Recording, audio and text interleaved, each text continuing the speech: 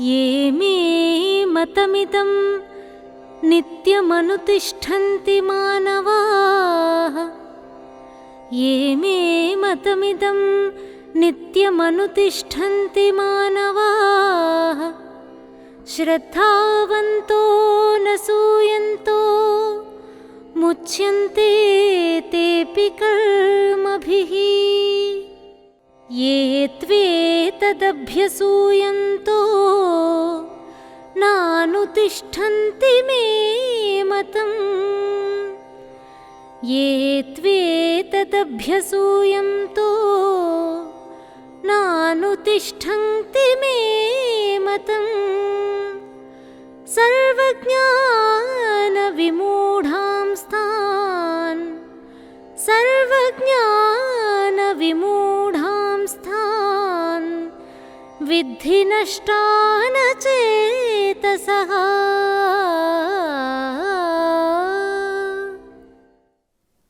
ओम शांति।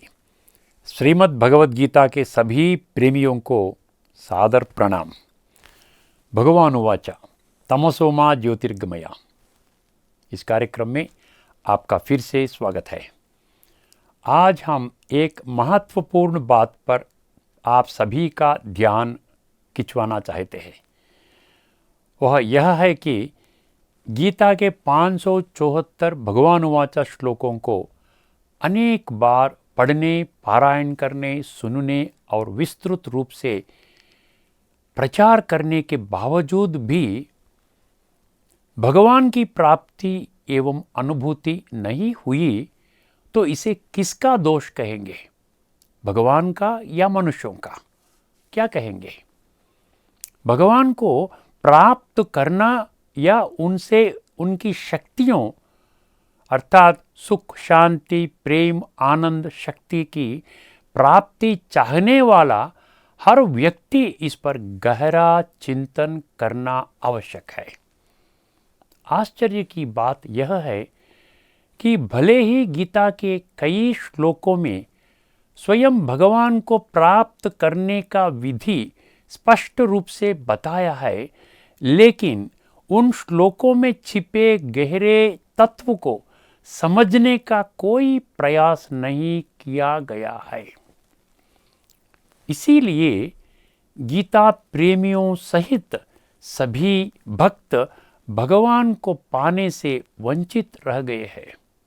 यह भगवान उवाच कार्यक्रम में हम अब तक 11 महत्वपूर्ण श्लोकों पर चर्चा कर चुके हैं, जो निश्चित रूप से इस प्रश्न का उत्तर प्रकट करते हैं कि भगवान को प्राप्त करने के लिए मुझे क्या करना चाहिए।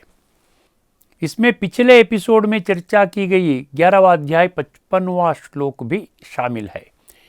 इस विषय के विशेष महत्व को ध्यान में रखते हुए गीता ज्ञान अभिलाषी एवं भगवत प्रेमियों के लिए इस एपिसोड में और आगामी एपिसोड्स में हम बाकी 10 श्लोकों में छिपे गहन तत्व को सहज और सरल रीति से आपके ध्यान में फिर से लाने का प्रयास कर रहे हैं। जो कोई भी यह सोचता है कि हम भी भगवान को प्राप्त कर अनुभव करना चाहते हैं, तो उसे यह बताने में कोई संदेह नहीं है कि यदि इन श्लोकों में प्रकट तत्व को भली भांति समझ लिया जाए और जीवन में धारण किया जाए तो भगवान की प्राप्ति और अनुभूति होकर ही रहेगी। इसमें कोई संदेह नहीं। इस कार्यक्रम को देखने वाले सभी भाई और बहनों को एक विनम्र पूर्वक निवेदन है। हम इस सद्भावना के साथ आज के इस एपिसोड में भगवान द्वारा प्रकट किए गए इन 2 श्लोकों में छिपे गूढ़ तत्व को आपके सामने रख रहे हैं, ताकि भगवान की प्राप्ति का आप स्वयं अनुभव कर सके। आपको सिर्फ अपने बुद्धि रूपी नेत्र को जागृत रख इसका श्रवण करना है। इसके अलावा और कुछ करने की जरूरत नहीं है। आइए सबसे पहले 18 अध्याय में 66वां श्लोक सुने। सर्वधर्मान् परित्यज्य मामेकं शरणं व्रज सर्वधर्मान् परित्यज्य मामेकं शरणं व्रज अहं त्वा सर्वपापेभ्यो अहं त्वा सर्वपापेभ्यो मोक्षयिष्यामि मा शुचः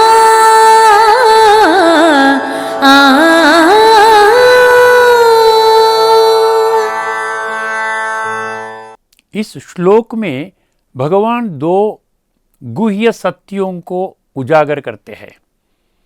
पहला, सर्वधर्मान परित्यज्य मामेकं शरणं व्रज। यह पंक्ति के माध्यम से उन्होंने कहा, सभी धर्मों को छोड़ दो और केवल मेरे एक के ही शरण लो। इससे यह सत्य स्पष्ट होता है कि इस ग्रह पर रहने वाले 800 करोड़ लोगों के लिए भगवान एक ही है।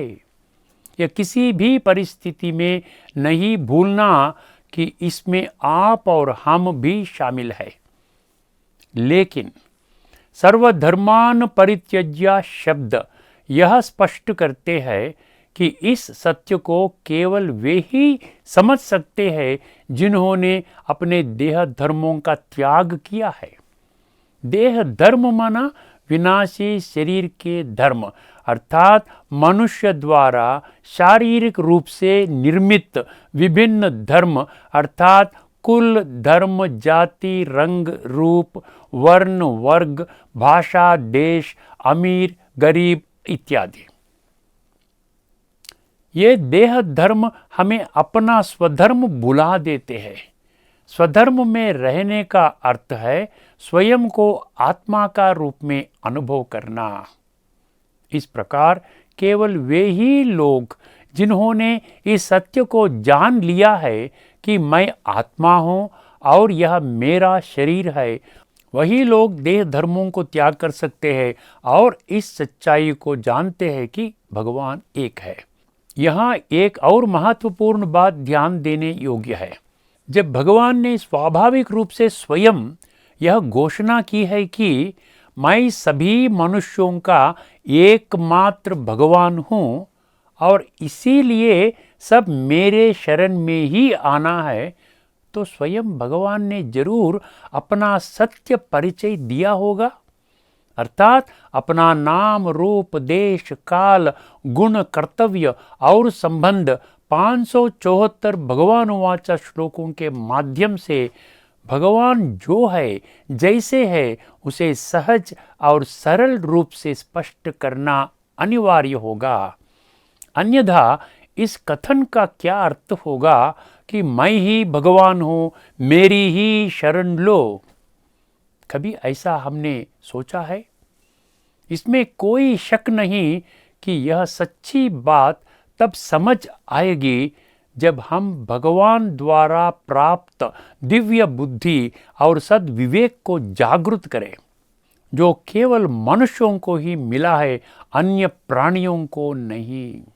उन लोगों के लिए एक अच्छी खबर है जो सोचते हैं कि हमें भगवान की प्राप्ति और अनुभूति करना है।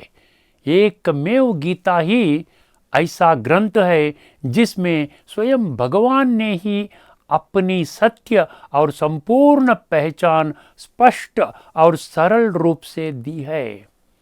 ऐसा कहना गलत नहीं होगा कि इस रहस्यमय सत्य को गीता अभिलाषी भी नहीं समझ सके। इस गंभीर सत्य के अत्यधिक महत्व को ध्यान में रखते हुए हम आगामी एपिसोड्स में भगवान का पूर्ण परिचय, यानी उनके नाम, रूप, देश, काल, गुण, कर्तव्य और संबंध को 100% पूर्ण प्रमाणों अर्थात सबूतों के साथ विस्तार से बताने जा रहे हैं। आशा है सभी लोग इस कार्यक्रम से अंत तक जुड़े रहेंगे। अब आइए दूसरी बात पर आते हैं जो यह श्लोक प्रकट करता है। वो क्या है? अहम त्वा सर्व पापेभ्यो मोक्षयिष्यामि मा शुचः, कैसा कहा है। मनुष्य इस पंक्ति में भगवान द्वारा की गई प्रतिज्ञा को पूरी तरह नजरअंदाज किए है। यह प्रतिज्ञा क्या है? हम देख रहे हैं कि वर्तमान में इस कलयुग के मनुष्य लोग खुलकर पाप कर्म कर रहे हैं। उन्हें यह पता नहीं है कि इसके परिणाम बहुत गंभीर होंगे। इन गंभीर परिणामों को मनुष्यों के ध्यान में लाते हुए अब तक किए गए पापों के बोझ को कम करने और आगे पापों को रोकने के विधि को स्पष्ट करने वाली आध्यात्मिक ज्ञान जो मनुष्य मेरे बात को मानकर मेरे शरण में आते हैं उन्हें सिखाता हूँ। इसीलिए भगवान इस श्लोक के माध्यम से कह रहे हैं कि शोक मत करना। जो लोग इन दो रहस्यमय सत्य अर्थात मैं ब्रह्मांड की सभी आत्माओं का एकमात्र भगवान हूँ और मैं पापात्माओं को देवात्मा बनाने के लिए आया हूँ को स्पष्ट रूप से जानते हैं और तदनुसार अपने जीवन को ढाल लेते हैं, उन्हें भगवान की प्राप्ति एवं अनुभूति अवश्य होती है।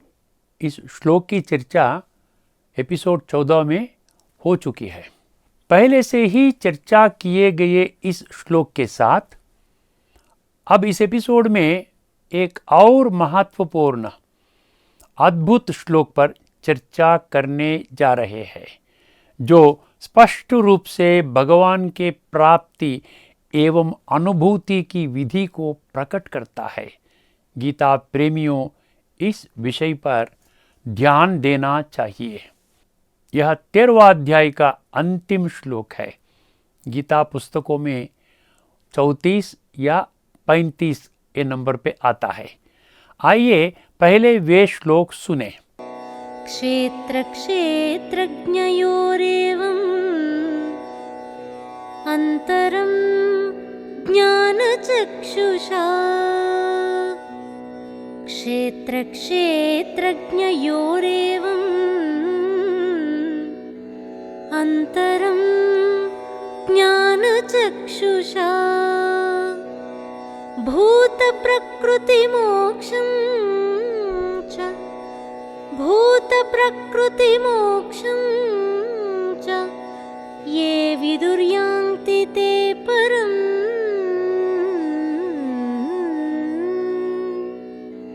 इस श्लोक के गुह्य तत्व को समझने के लिए इसमें निहित शब्दों के अर्थ को स्पष्ट रूप से समझना चाहिए, क्योंकि हम पहले ही इस एपिसोड्स में कई बार चर्चा कर चुके हैं कि भगवान ने स्वयं 7वां अध्याय 3 श्लोक में माम वेत्ति तत्वतः शब्दों द्वारा स्पष्ट किया है कि आप केवल तत्व के आधार पर ही मुझे प्राप्त कर सकते हैं। इस गुह्य सत्य को गीता अभिलाषियों किसी भी हालत में नजरअंदाज नहीं कर सकते। क्षेत्र क्षेत्रज्ञयोरेवम्, इसका अर्थ क्या है? इस प्रकार क्षेत्र का अर्थ है शरीर, क्षेत्रज्ञ का अर्थ है आत्मा जो शरीर का मालिक है, अंतरम का अर्थ है वेद, ज्ञान चक्षुषा का अर्थ है ज्ञान नेत्र द्वारा, भूत प्रकृति मोक्षम, इसका भूत प्रकृति मोक्षम इन शब्दों का अर्थ है इस शरीर जो पंचभूतों या पंच तत्वों से बना है उसका भ्रांति व भ्रम को छोड़ने की एक तरकीब। च इसका अर्थ है और, ये विदुर्यान्ति इन शब्दों का अर्थ है जो समझता है, ते का अर्थ है वे, परम का अर्थ है परमात्मा या भगवान जो मैं हूँ, यान्ति का अर्थ है प्राप्त करते हैं। यह श्लोक स्पष्ट करता है कि गीता प्रेमियों, जिज्ञासुओं, और भगवान को प्राप्त और अनुभूति करने के लिए कृत संकल्प भक्तों को 4 महत्वपूर्ण बातों पर ध्यान देना चाहिए। आइए इन 4 बातों को समझने का प्रयास करें। पहली विषय, क्षेत्र क्षेत्रज्ञयोरेवं अंतरम। क्षेत्र का अर्थ है खेत और क्षेत्रज्ञ का अर्थ है खेत का मालिक। जैसे खेत और खेत का मालिक अलग अलग है, वैसे ही शरीर और शरीर का मालिक आत्मा भी अलग अलग है। इसीलिए मेरा सिर दुख रहा है, मेरा हार्ट को बाईपास सर्जरी हुई है, ऐसा कहते हैं, लेकिन ऐसा कभी नहीं कहते कि मैं सिर हूँ या मैं हार्ट हूँ। परंतु जब यह सिर व हार्ट मेरी है तो तुम कौन हो? इस प्रश्न का एक ही समाधान होगा, मैं आत्मा हूँ। जब यह स्पष्टता समझ में आती है तभी हम शरीर और आत्मा के बीच अंतर को स्पष्ट रीति से समझ सकते हैं।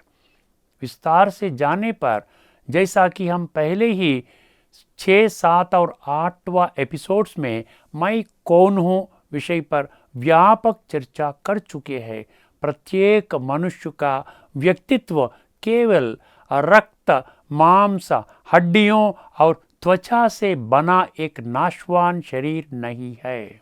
सत्य को पहचानना होगा कि एक चैतन्य शक्ति जो शरीर में निवास करती है और उसे मालिक की स्थिति में निर्देशित करती है, आध्यात्मिक परिभाषा में इसे आत्मा व सोल व स्पिरिट कहा जाता है। तभी दोनों के बीच का अंतर स्पष्ट रूप से समझ में आएगा। जब यह गहरे राज को समझते हैं तभी आत्मा और शरीर के बीच का अंतर स्पष्ट रूप से समझ में आएगा।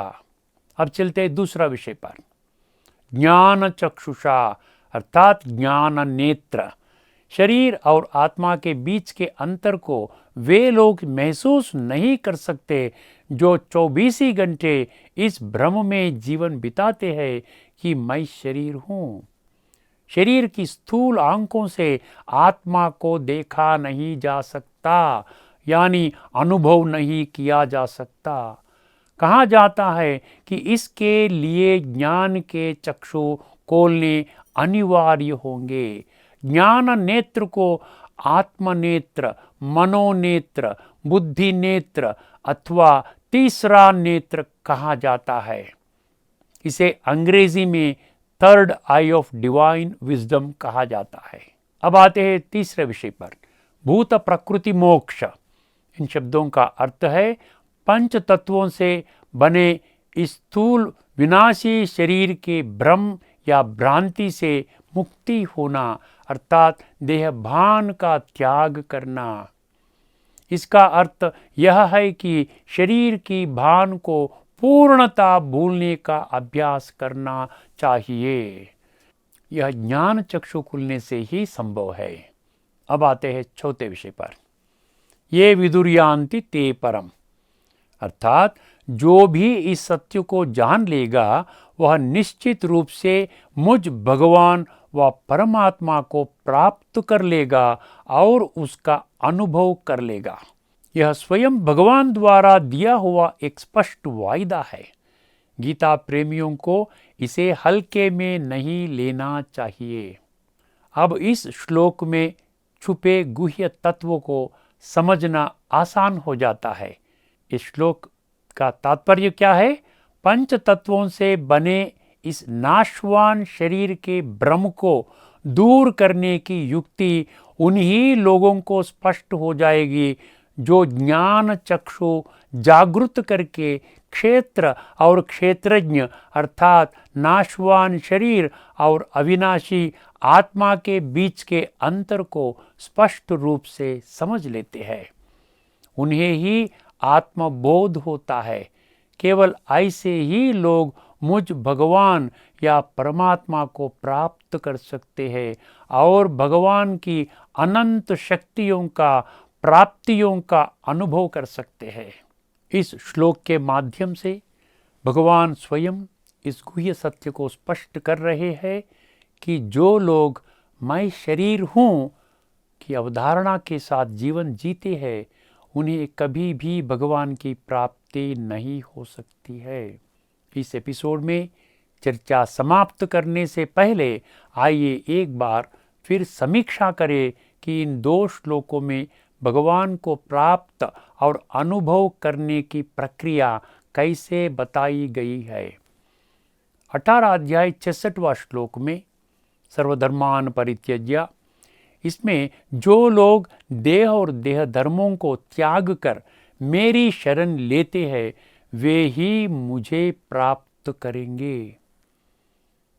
और दूसरा श्लोक 13वां अध्याय 34, शरीर और आत्मा इस दोनों के बीच अंतर को ज्ञान चक्षु के द्वारा समझकर शरीर के भ्रम का त्याग करने का अभ्यास करते हैं वही मुझे प्राप्त करेंगे। जो गीता पाठी जिज्ञासु तथा भगवान की प्राप्ति एवं अनुभव के लिए कृत संकल्प है, उन्हें किसी भी परिस्थिति में इन रहस्यमय सत्यों को हल्के में नहीं लेना चाहिए। 145 देशों में 20 लाख ब्रह्म कुमारी साधक इन रहस्यमय सत्यों को स्पष्ट रूप से समझकर भगवान को प्राप्त और अनुभव कर रहे हैं। जो कोई भी व्यक्ति भगवान साकार है व निराकार है, इस दुविधा से मुक्त होकर जो भगवान को प्राप्त करना चाहते हैं वह स्थानीय ब्रह्मकुमारी सेवा केंद्र पर जा सकता है।